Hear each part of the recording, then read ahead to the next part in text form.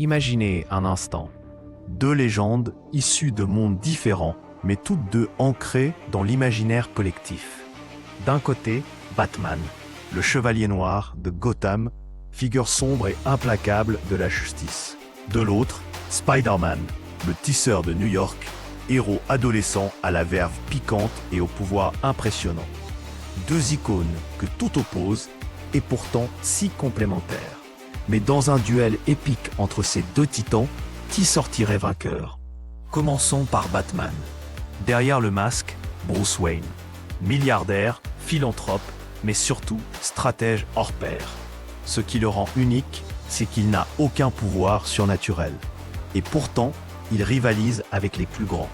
Grâce à son entraînement extrême, sa maîtrise des arts martiaux et un arsenal de gadgets ultra sophistiqués, il est capable d'affronter des ennemis surpuissants. Il est surtout connu pour sa capacité à tout prévoir. Face à un adversaire, il ne se lance jamais dans un combat sans un plan, ou même plusieurs. Sa discipline est absolue, son esprit aiguisé comme une lame.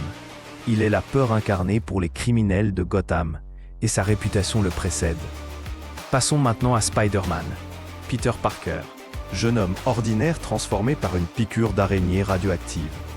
Ce hasard scientifique lui a conféré une force surhumaine, une agilité incroyable, la capacité d'escalader n'importe quelle surface, et surtout un sens de l'araignée, véritable sixième sens l'avertissant du danger.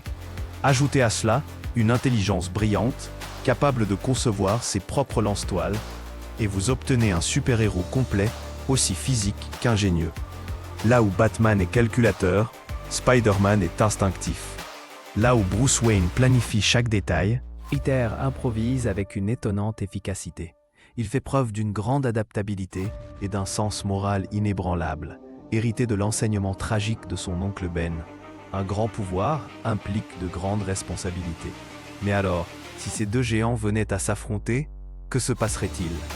Imaginons un duel dans une ruelle obscure de Gotham ou dans les hauteurs métalliques de Manhattan. Batman, avec ses ressources quasi illimitées, aurait probablement étudié Spider-Man sous toutes les coutures.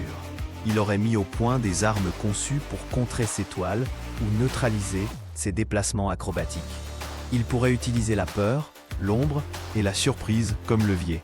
Spider-Man, quant à lui, miserait sur sa rapidité, son agilité et sa capacité à surprendre son adversaire.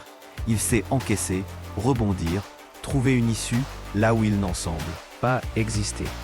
Le facteur déterminant serait sans doute la stratégie et l'adaptabilité. Batman est un génie du combat anticipé.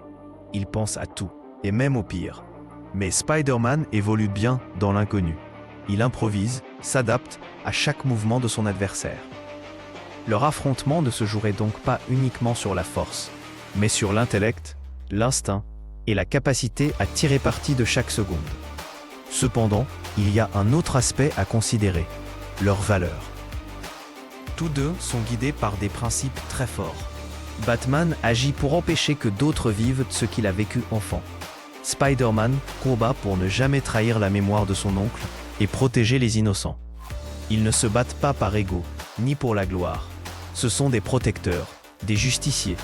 Il est donc plausible qu'en pleine bataille, un événement extérieur, une menace commune, un civil en danger, les pousse à cesser le combat et à s'unir. Au final, qui gagnerait? Peut-être personne, ou plutôt tout le monde.